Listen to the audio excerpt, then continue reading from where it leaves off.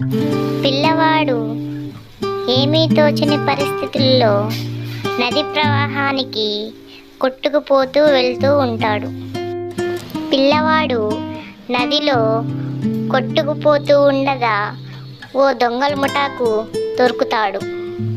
వాళ్ళు నీటిలో నుంచి పిల్లవాడిని బయటకు తీసి వెంట తీసుకెళతారు. ఒకరోజు దొంగలు అందరూ కలిసి ఓ ఇంటిని ఎంచుకొని వారితో ఆ పిల్లవాడిని కూడా పథకం ప్రకారం గన్నలు మరియు చాకులతో ఓ ఇంటిని దొంగిలించడానికి వెళ్తారు.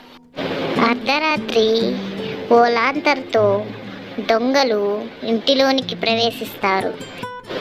ఇంటిలోని వస్తువులన్నీ చిన్నాభిన్నం చేసి నగలను మరియు నగదును దోచుకుంటారు. వాళ్ళు దొంగిలించిన ధనమంతా బయటకి చేరవేయడానికి ప్రయత్నిస్తారు. ఇంతలో ఆ అల్లరి పిల్లవాడు ఆ ఇంటిలో గోడకి తగిలించిన ఓ డ్రమ్ముని చూసి ఆనందంతో మోగించడం మొదలు పెడతాడు. ఆ శబ్దానికి ఇంటిలోని వారంతా వచ్చి ఆ దొంగల మొత్తాన్ని చూస్తారు.